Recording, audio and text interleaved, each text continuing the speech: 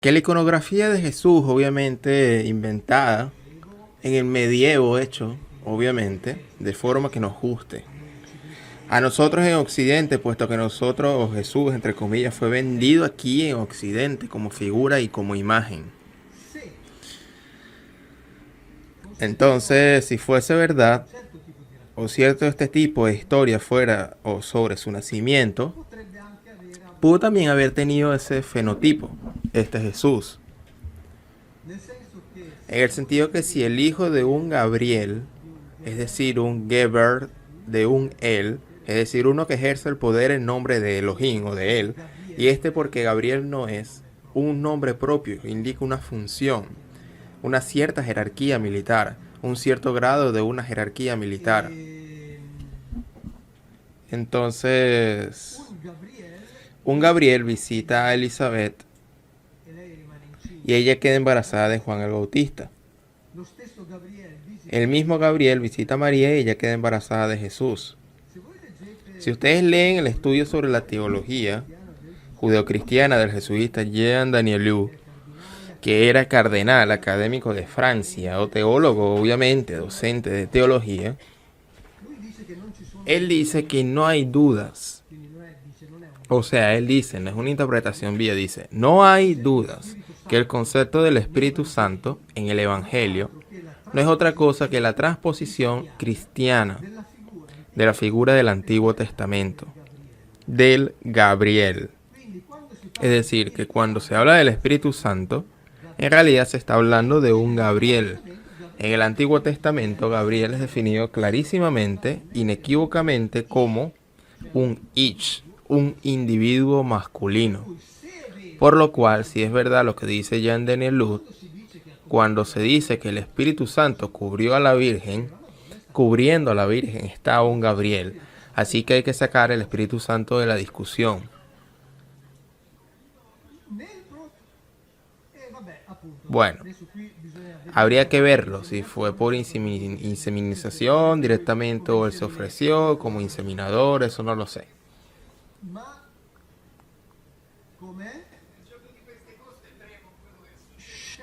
Por debajo,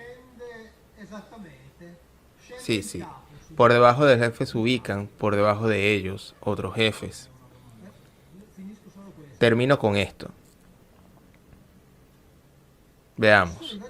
Hay evangelios que no debemos creer que son verdaderos. Es decir, debemos creer verdadero que simplemente un espíritu, no sabemos cómo, dejó embarazada a una virgen. De una forma que ella permaneció virgen y que esto es algo normal. Lo debemos creer completamente normal según estas enseñanzas. Si nosotros leemos el protoevangelio de Giacomo, cuando José vuelve de un viaje de trabajo, después de 6 meses y encuentra a la Virgen, la encuentra embarazada. Y claro, no se pone contento. No es esa representación idílica por la cual llega un ángel que la tranquiliza y le dice, todo bien, todo está ok. Él se enoja muchísimo y dice, pero ¿quién es el que me ha hecho esto? ¿Y ahora qué le digo? El Señor que me lo ha confiado. ¿Qué cosa le digo? Y dice algo bellísimo. Dice, bueno, me ha sucedido lo que ocurrió a Adán, que tenía una compañera y llegó uno y la sedujo. Estamos en tiempo de Jesús. Y si lo pensamos, precisamente Adán tenía una compañera y llegó uno y la sedujo. Y dice José, bueno, me ha sucedido lo mismo. Y él teme que a María se le haya presentado uno que le haya engañado haciéndose pasar por otro. Es fuerte. Pongamos otro ejemplo. Vamos a un ejemplo un poco más adelante. Este Gabriel realiza inseminaciones de don gemelos, de la estirpe adámica, es decir, de la estirpe de la que tendría que descender el Mesías judío, Mesías judío, no de los otros cristianos, que es una invención sucesiva. Mesías judío que debería liberar a Israel del yugo extranjero. El primero preparaba el camino para el segundo. Cuando Juan el Bautista predicaba en el Jordán, se dice que iban con él a confesarlo. Ahora para nosotros, la confesión, la imagen que viene a la mente de una escena, el cual uno habla al oído y cuenta una confesión, una invención colosal y estúpida de la iglesia. Piensa que en la Edad Media los sacerdotes escuchaban todo de todos. Si el poder laico quería hacer confesar a un asesino, lo debían torturar. El asesino iba con el sacerdote y le decía, yo maté a alguien. Una cosa estupenda. Él predicaba, la gente iba con él a confesarse. Ahora, en griego, aquellos que iban con él era exonomendi, es decir, dígalo con énfasis, casi gritando. Ahora, si él estaba preparando el terreno, aquel que debía de venir, es decir, el Mesías verdadero que iba a liberar a Israel del yugo extranjero, él estaba armando un ejército. Y para construir un ejército, a quienes vas a buscar, a los pacifistas o a aquellos dispuestos. Así que la gente, obviamente que esta no está exemongemene, es decir, no lo hacen con énfasis. El que no tenga mi pensamiento lo sacas inmediatamente. Así que los que iban ahí decían, yo maté a 2, vengan con nosotros. ¿Usted qué hizo? Yo incendié, venga con nosotros. Pero después va y le dice a los escribas y fariseos, ustedes, raza de víboras, si practica la metanoia, que está traducido como conversión, entendiendo que aquí está el concepto que nosotros tenemos de conversión, que en realidad quiere decir el cambio de tu modo de pensar, vuestra cabeza ya está a nuestros pies y nosotros los matamos. Es decir, y te unes a nosotros, o cuando llegue la batalla final, te asesinamos. Después Jesús justamente el que lo dice. Después de la batalla final los derrotamos, terminarán en el Gehenna. Ese será su destino porque, bueno, las cosas no se dieron. Digamos que el que iba a venir, el que esperaba venir, el que iba a venir no vino, así que todo terminó así. Terminó así, pero incluso aparece otra de las cosas que no debemos creer verdaderamente en absoluto. Porque que está escrito exactamente igual que como están escritos, que al contrario, tenemos que creer que Jesús resucitó, pasando a través de la piedra, atravesando el sepulcro, etc. Mientras que el Evangelio está escrito que cuando las mujeres llegaron allí, la puerta estaba abierta, pero no queda claro cómo. Después dice que estuvo ahí 3 días, la cual no es verdad. En el sentido que lo pusieron ahí el viernes al atardecer. Las mujeres van al amanecer. El domingo a la mañana, es decir, como máximo pasaron 36 horas. No 3 días, sino 2 días y algo. Según mi opinión, después de 23 horas, lo sumo pasó la noche ahí. Porque le hicieron de forma que pudieron bajarlo vivo de la cruz, porque le dieron lo que les daba en general a los crucificados, es decir, una esponja somnífera, que era una esponja embebida con sustancia alcaloide, que era extraída de la mujer, la embebían en vinagre, porque la evaporación del vinagre hacía inhalar inmediatamente esa sustancia alcaloide que producía el desmayo y que producía entonces esta especie de muerte aparente. Después lo bajaron rápidamente. ¿Por qué? Porque si hubieran hecho con él como se hacía normalmente, como se hacía con los otros, le hubieran partido los huesos, obviamente, no hubiera podido salvarlo. Así que lo hicieron de una forma en que lo rompieron o le rompían los huesos. Pero el evangelio protoevangelio de Pedro, un evangelio que nosotros no debemos creer verdadero, nosotros debemos creer verdadero que Jesús resucitó atravesando la piedra. Repito, la puerta estaba abierta. Así que en el evangelio de Pedro está escrito que esa noche una luz descendió, una luz venía de 2 individuos, hicieron rodar la puerta del sepulcro, entraron 2 individuos, salieron 3, y el tercero tenía dificultad para caminar, porque venía sostenido, y después se lo llevaron. Bueno, decidan ustedes cuál quieren creer. Es una cuestión más delicada de la que yo vengo. Yo quiero decir es que, además del hecho de que ha pasado a atravesar de la piedra, esta está en la historia. Y que si él hubiera sido un hijo de un Gabriel, no sé cuál de los dos es biológico, no sé cuál de los dos tiene más consenso, pero repito, usted hagan lo que quieran, pero nadie imagina nada nuevo para contar, pueden hacerlo con su... Ahora decir que los hijos de los ángeles caídos sean los Néfilim significan tomar solamente una de las llaves de la lectura.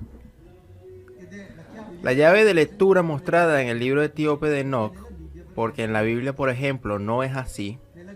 En la Biblia los hijos de estos caídos son los Giborim, es decir, que significa los hombres famosos, hombres poderosos. Y aquí la traducción que está en la Biblia, bellísima, estupenda, en el capítulo 6 del Génesis, donde se habla de la unión sexual entre los Elohim y las mujeres adamitas.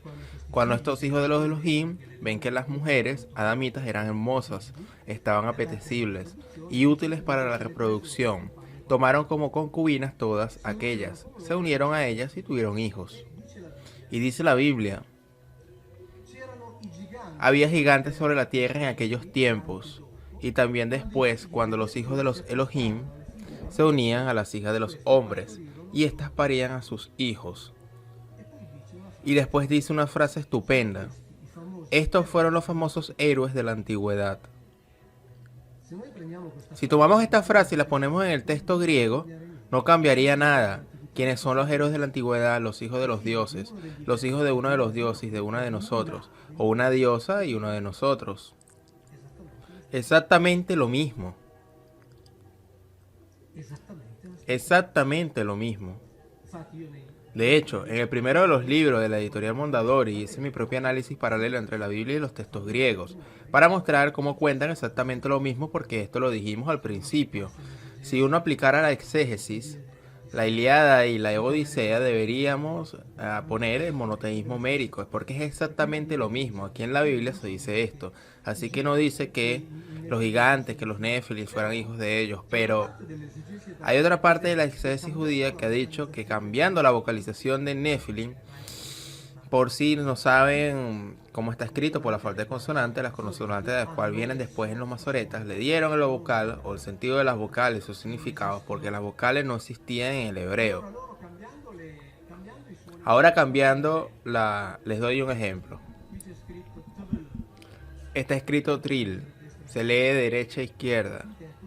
Y mientras sea así, si yo pongo una E, es un ejemplo tomado del Levítico, así que va a sonar vocal o va a sonar, yo conozco la traducción, un sonido vocal, una traducción respetando el sonido vocal que pusieron los masoretas, no hay necesidad de cambiar ni un punto. Así que cuando escribo con una E, que se escribe con 2 puntos, esto se transforma en trel, que significa tierra o mundo. Si se pone otra E, otro tipo de E, que tiene un punto más, que forma un triángulo, que se lee sustancialmente tebel, a veces una E más corta respecto a la E precedente, pero significa un encuentro sexual de una mujer con un animal. Entonces así, significa tierra, mundo, y con esto significa encuentro sexual de una mujer con un animal. Ahora ellos, cambiando la vocalización Nephilim, no tradujeron más gigantes, como habían traducido los griegos, sino que tradujeron los abortos. Porque dijeron que cuando los Elohim se unían a las hembras adamitas, practicaban el aborto selectivo. Así que eran capaces de hacer los análisis prenatales y abortaban a los fetos masculinos. Y tenían solamente a las hembras, porque necesitaban hembras, obviamente, para reproducirse. Así que para el caso de los Nephilim no eran gigantes, sino que eran abortos. Ellos eran los abortos en el sentido de que practicaban esto, exégesis hebrea. Yo en uno de mis libros hice otra hipótesis. Nephilim, un término en plural.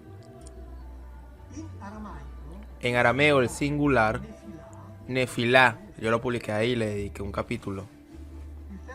La palabra Nefilá significa inequívocamente una sola cosa: la constelación de Orión. Así que si Nefilim fuera el plural de Nefilá, se debería decir orianiano o orianita. Signo de interrogación,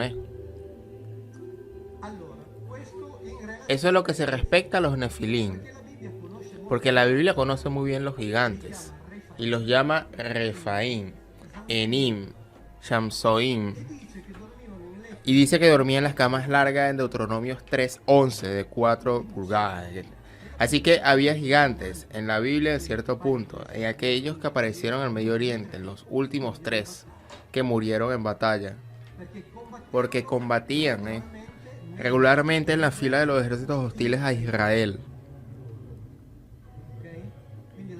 Así que la Biblia conoce los gigantes. Dice en dos partes. Tenían 6 dedos en cada mano. Primera Crónica de 26. 6 dedos en cada mano y 6 dedos en cada pie. El autor quería estar seguro que el lector entienda. Y por eso dice 24 dedos en total. Es decir, miren que no me lo estoy equivocando. 24 dedos en total tenían. 6 por 4. Primera de Crónicas 26. Entonces es difícil saberlo. Los griegos lo interpretaron como Nefilim. Pero en la Biblia podrían no ser Nefilim.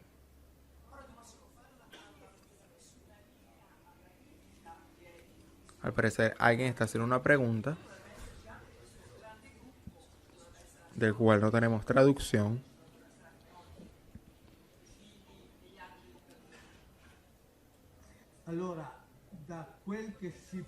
Ahora, quien haya llegado a intuirlo, yo no sé si existe todavía, una distinción clara, porque en mi opinión es muy probable en función que estos aquí llamados a los largos de la Mesopotamia y después se fusionaron con los de la Italia, porque no sé, podríamos hablar de una diferenciación clara, lo digo honestamente, no sé.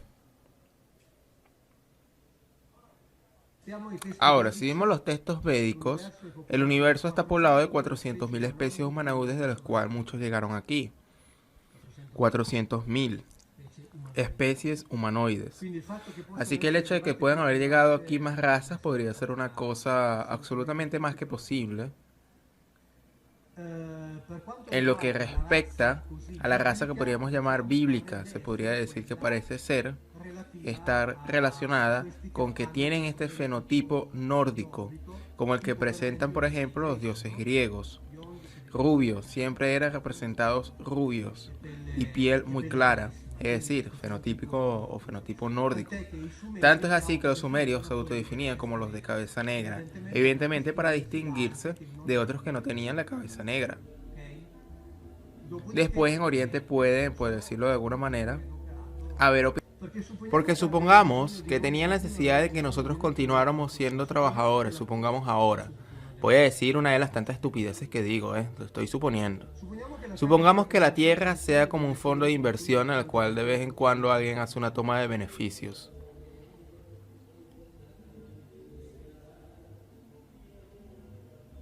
El oro, por ejemplo. Una cosa de la cual el oro aparece siempre. Todas las civilizaciones hablan de la llamada Edad Dorada Planetaria. Todos lo dicen. En la cual el hombre caminaba al lado de como los dioses. En el cual el oro extraído era para ellos. Era todo para ellos. Ahora, hay un discurso relativo a un oro monoatómico que tienen muchos rusos. Ser utilizado para la superconductividad, es decir, transmisora de energía a muchísima distancia y sin pérdida en el camino. También tenemos que produce la aligeración del peso, así que puede ser utilizado en lo que respecta a la antigravedad. La ciencia está experimentando añadirlo a las células humanas, por ejemplo, contribuyendo a apalancar a ciertos fármacos y por lo tanto hacerlos más eficaces. Es decir, el oro en la forma monoatómica tiene muchos usos.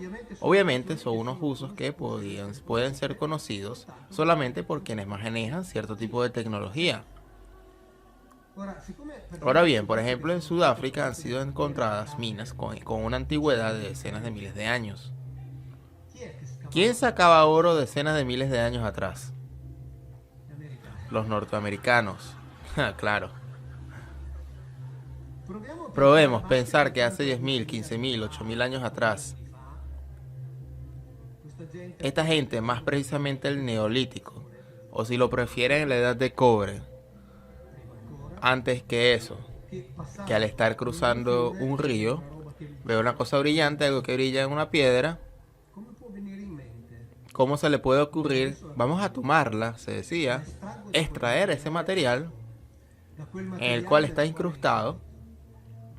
Vamos a compararla con las otras decenas de cientos de piedras que hay, que traen las olas, la derritamos y la mezclamos.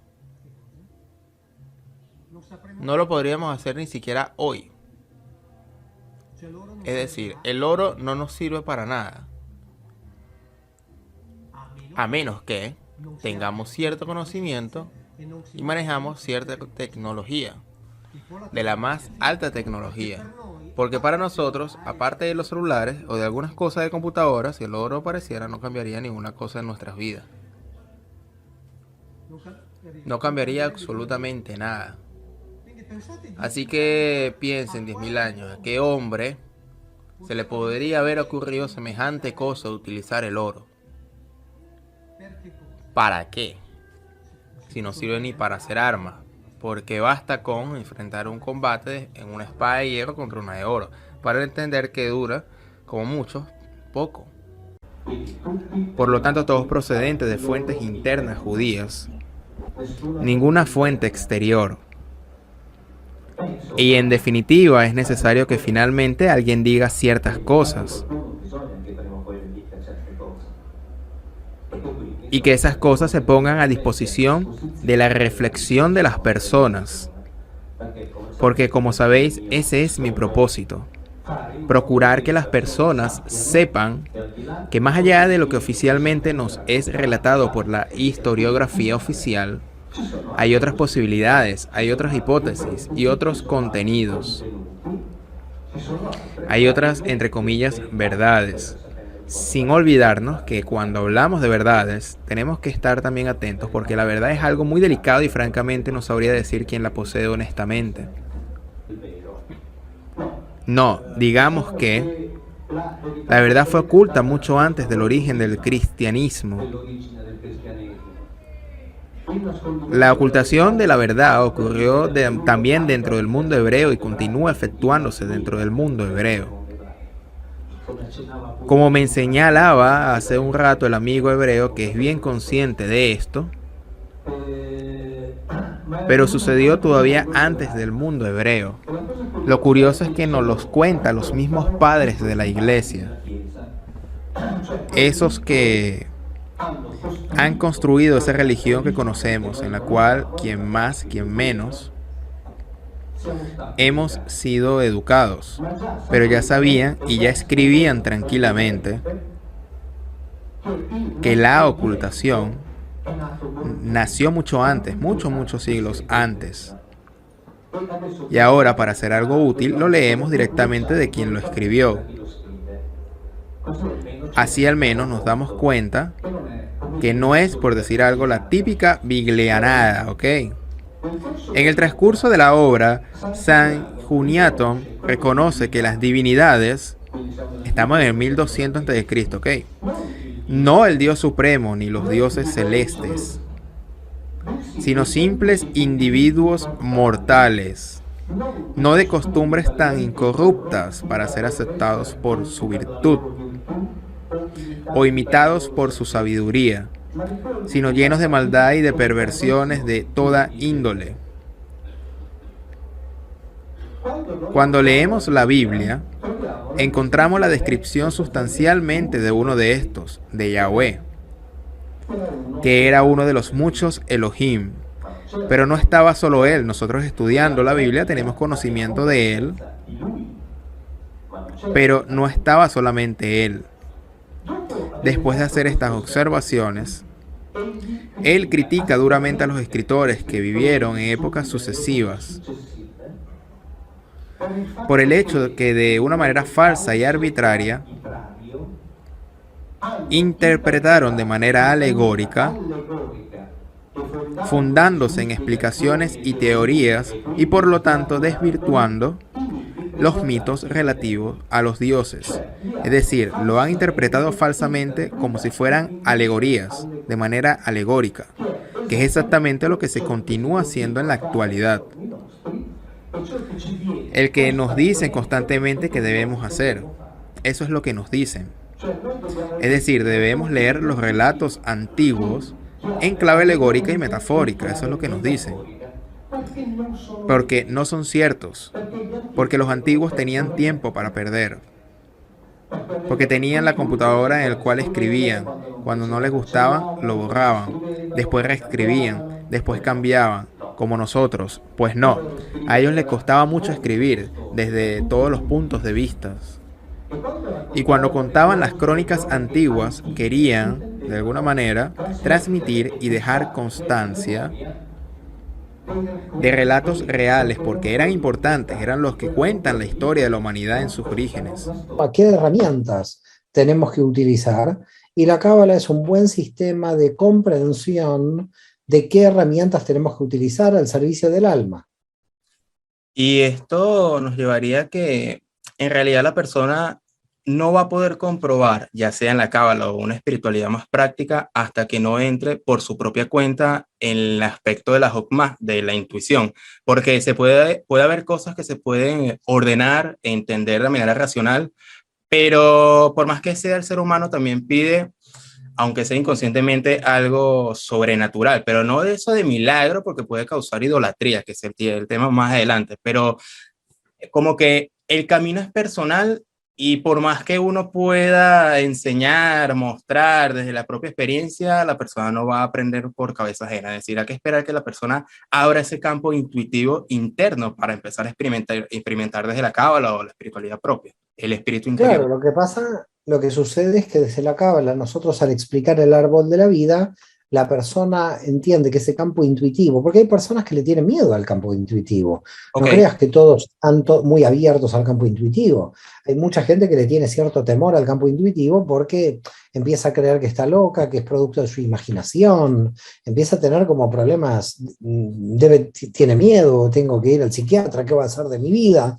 Es decir, que lo que hay que tratar de comprender es que nosotros tenemos herramientas para que los contenidos que provienen de la intuición, llamamos la dimensión de la Jojma, en el árbol de la vida, puedan organizarse en la Binah, de modo que nosotros no terminemos locos, porque ok, el problema de la locura ajá, es que hay mucha información que nosotros tenemos que comprender y que si no la comprendemos poco a poco nos hace mucho daño. Es decir, esto es como beber sopa, ¿no? Como tomar sopa. Tú puedes tomar la sopa así, rápido, ¿no? Y te vas a ahogar. Si te pones toda la sopa, te vas a ahogar. ¿Qué se hace? Bueno, se coge una cuchara y se va tomando lentamente. El que toma lentamente, bueno, puede tardar en tomar la sopa 20 minutos, media hora, pero la toma bien tranquilo. El que la toma rápidamente se puede ahogar. Entonces, ¿qué es lo que sucede con la cábala? La cábala te da un tiempo, pero que no es la cábala te lo da. Tu alma reconoce cuáles son sus tiempos. ok, El alma muchas veces avanza, a veces no avanza. Entonces, no es necesario que siempre avance. Cuando no avanza, es muy bueno también, porque desde el punto de vista de la Kabbalah, el alma consolida esa información. A veces el problema del mundo espiritual es el mismo problema que tiene todo el mundo, porque la espiritualidad, como dijimos, lo abarca todo, que es el ego, que es una especie de carrera para llegar a ninguna parte, porque no se llega a ningún lado. Alguien podría decir drásticamente se llega al cementerio, pero de manera de cumplir objetivos, los objetivos siempre son indefinidos, porque siempre hay infinitos objetivos que se pueden cumplir. Tú mañana cumples un deseo tuyo, un objetivo, y al otro día tienes otro, y al otro día tienes otro, y al otro día tienes otro. Pero en el camino, si encuentras tu felicidad y tu paz interior, si se cumplen o no tus objetivos, van a ser una cuestión secundaria, porque tú ya estás feliz, tú ok. ya tienes paz en tu alma. Entonces, a veces la gente, desde la Binah, desde la mente racional, cree que la espiritualidad es lograr objetivos. Y no es lograr objetivos. Se puede lograr ningún objetivo, pero si la persona ya está en paz con sí misma, ya alcanzó algo muy importante dentro del mundo inferior. Después estamos con el mundo superior, que es el sentido de la vida o el proyecto, lo que tú planteabas antes. Pero antes de llegar al proyecto hay que tener paz interior. Es muy difícil llevar a cabo un proyecto angustiado. Bienvenidos a su espacio de Proyecto Orión. Mi nombre es Simón Guardia y el día de hoy quiero hablar un poco sobre algunos comentarios de estas clases que he realizado aquí en Proyecto Orión. Han habido 37 clases y específicamente son este tipo de comentarios que estás viendo en pantalla.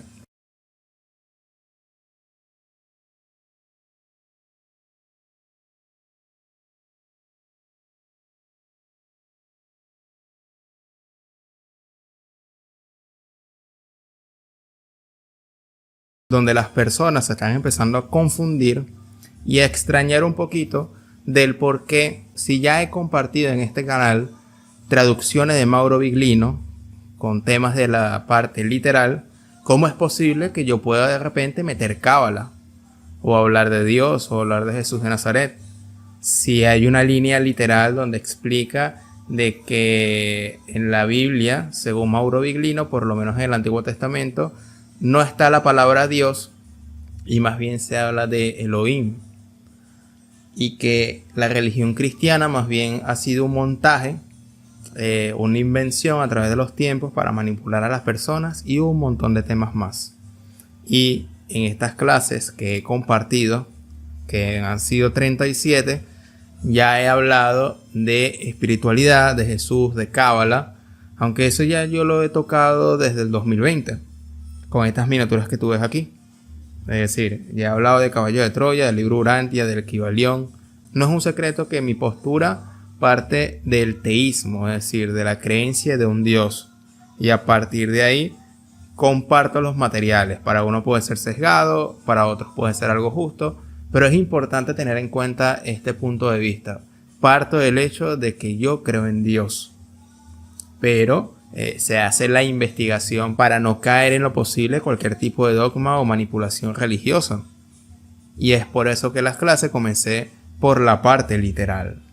Y es importante tomar en cuenta este punto de partida, porque si por ejemplo usted que me está viendo y no cree en Dios y solamente lee la Biblia desde la parte literal, obviamente cuando se toca de temas de espiritualidad, de cábala, de Jesús, del Nuevo Testamento, las posibles visiones del espíritu, le va a sonar simplemente a chino, no le va a remover para nada y se va a ver como una invención. Y hasta ahí se puede acabar la discusión y simplemente se puede limitar a lo literal. Pero si usted, aún escuchando a Mauro Viglino en la parte literal, cree en Dios, entonces podemos dar el salto a lo que sería a la intervención o el abordaje espiritual de los textos. Y es ahí donde se empieza a complicar la cuestión, porque la pregunta inmediata es bajo qué enfoque podemos abordar eso.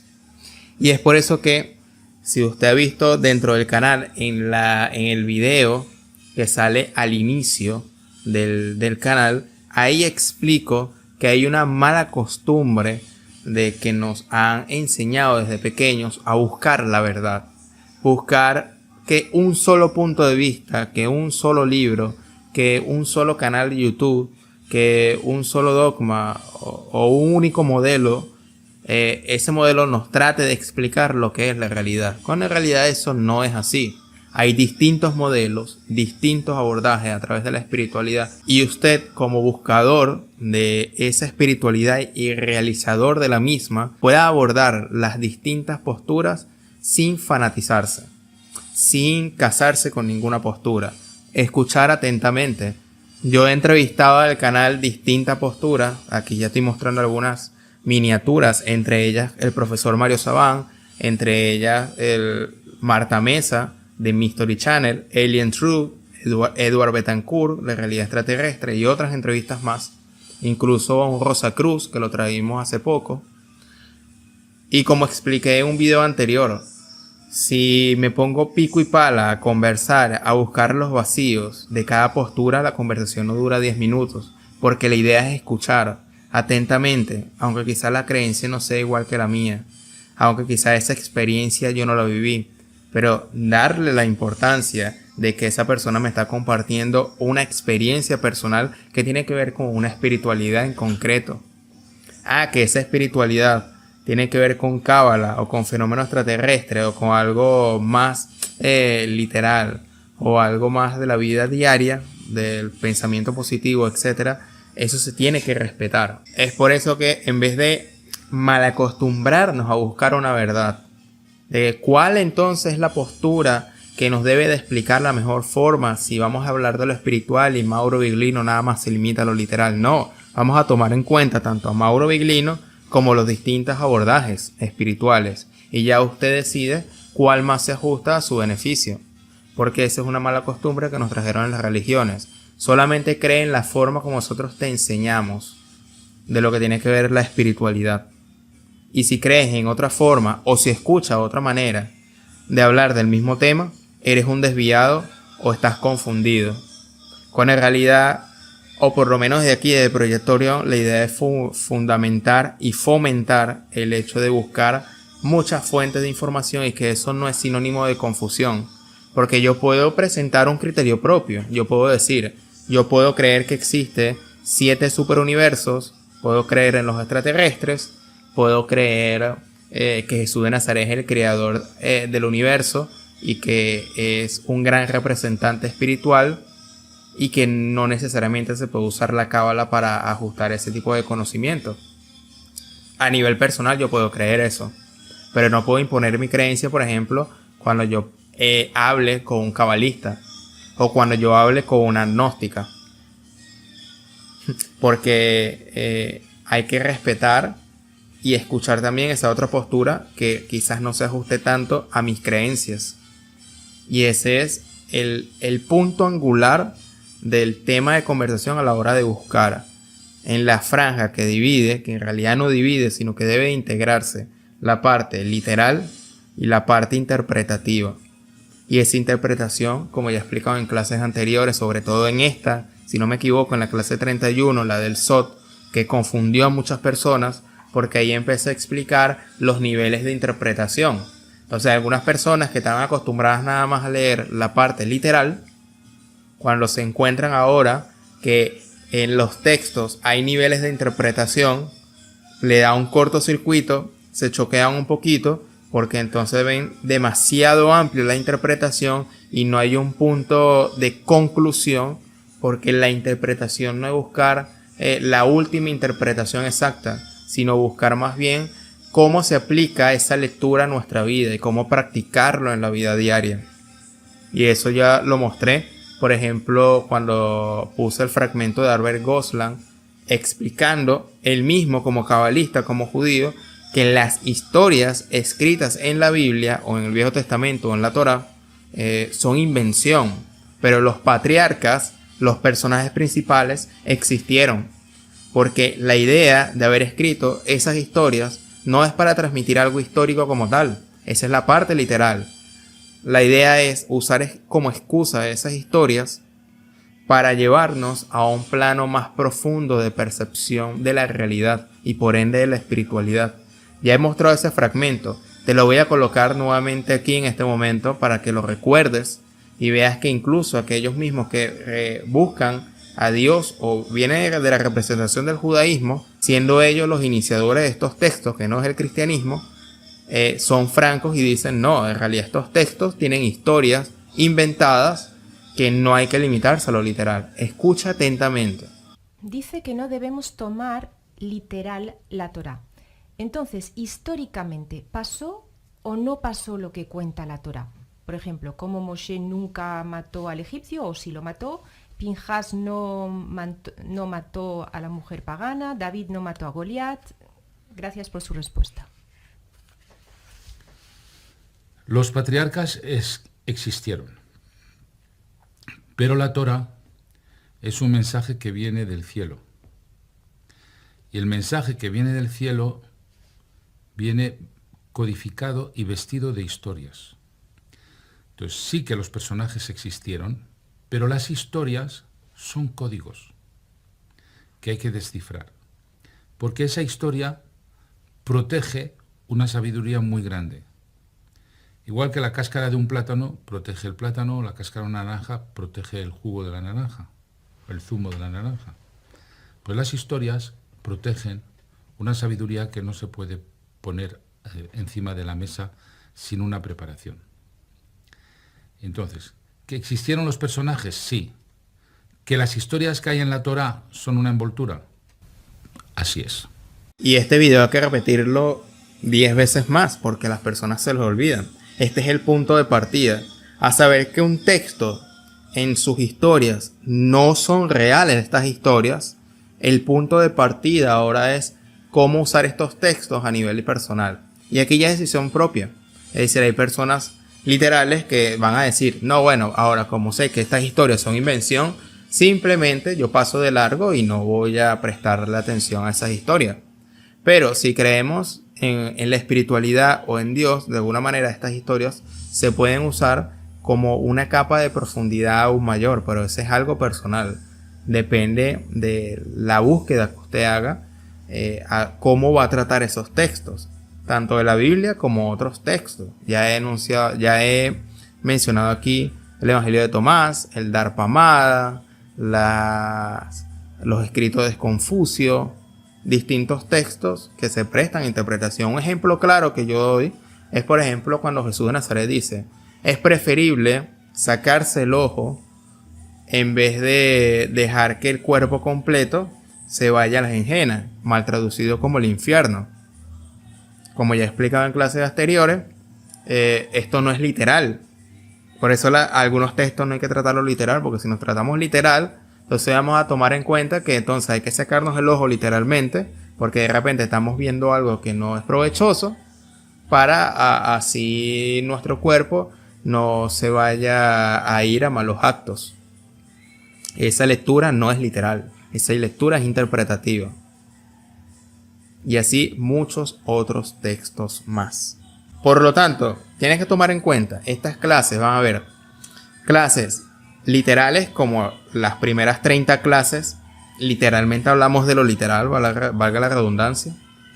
Va a haber clases interpretativas o espirituales, como estas clases que vienen de la clase 30 en adelante. Van a haber clases de Jesús de Nazaret, como la clase 13, la clase 26 y otras. Van a haber entrevistas, donde las entrevistas se presentan distintas posturas, desde la más conservadora o literal, como lo que fue Marta Mesa,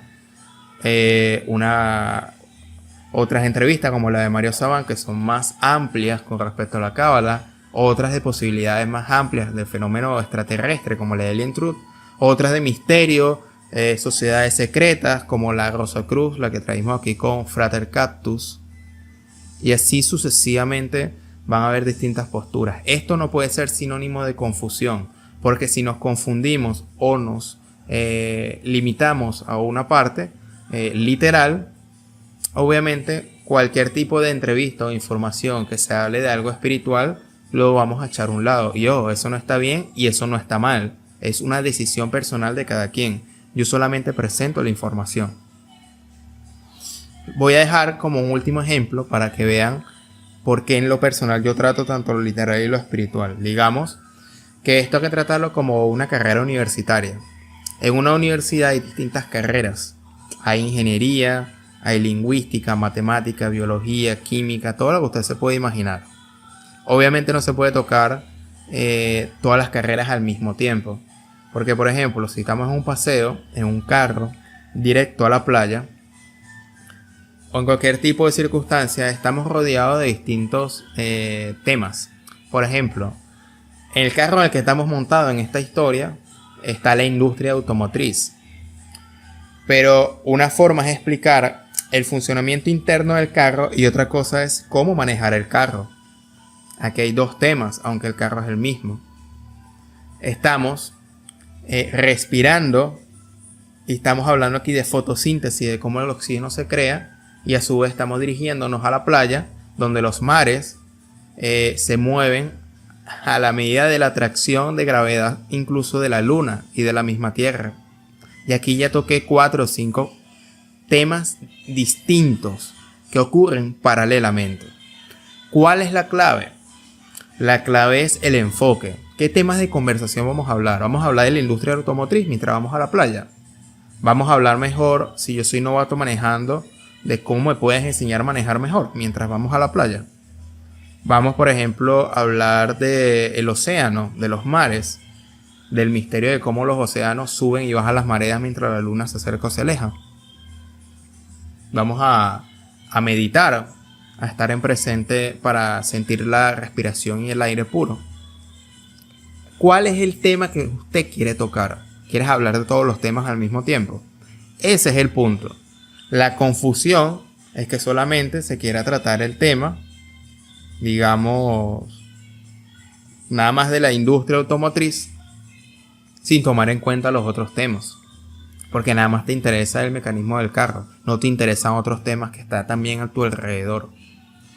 Aquí desde el Proyectorium voy a presentar la mayor cantidad de temas posibles con orden, no mezclándolo todo en un mismo video, pero en cada video voy a hablar de un tema B, o el tema C, o el tema D, E, F, G, H, I, J, K. Distintos tipos de temas, obviamente con una intencionalidad y un orden, porque la realidad son distintas capas. Si usted quiere nada más ir hasta lo literal, bienvenido sea y hasta ahí llegó. Si usted quiere avanzar a lo espiritual, podemos abordar distintos temas de conversación y ver cuál más se ajusta a usted. Entonces, esa es como que la clave. La realidad tiene muchas capas en paralelo y usted decide cuál filtro o con cuáles anteojos, lentes, usted quiere ver la realidad. Y obviamente si eso le es provechoso o no. Esa es decisión personal. Quiero dejar este video hasta aquí porque esto lo voy a dejar a modo de aclaración, porque yo no voy a responder a cada comentario que sea del mismo tema de que Simón, me estás confundiendo, si llevas ya 2 años compartiendo Mauro Viglino y ahora te estás yendo a una postura contraria. No, desde el inicio ya había hablado de espiritualidad, solamente que vi que hay una parte literal muy confusa del cual hay que compartir, y con el permiso de Mauro Viglino lo compartí en el canal, pero yo no me voy a limitar a lo literal. Yo voy a compartir también cosas espirituales. Y allá, en el camino de cada persona, qué cosecha va a tomar de ese fruto, de esa siembra que estoy haciendo en el canal. Sin discusiones. Simplemente comparto y cada uno elige lo que más le gusta. Uno se va a lo literal, otro se va más a lo interpretativo. Y si siguen las confusiones, etcétera, etcétera, simplemente les muestro este video. Y en lo posible trato de aclarar el por qué esa aparente confusión, cuando en realidad es una falta de perspectiva. Solamente que tienen que hacer las preguntas correctas de por qué estoy mostrando lo que estoy mostrando de esta manera. Me estoy contradiciendo, lo estoy haciendo a propósito. Ese es el tema. Entonces es qué tema de conversación usted quiere hablar. Lo literal, lo interpretativo, cábala, espiritualidad, Jesús de Nazaret, mística, masonería, Rosacruz. Depende de lo que usted busque, podemos conversar. Y yo estoy abierto a conversar eso. Sin más nada que agregar, aquí te voy a dejar una lista de reproducción donde vas a encontrar todos los temas completos del tema 1 hasta la 37 en este momento.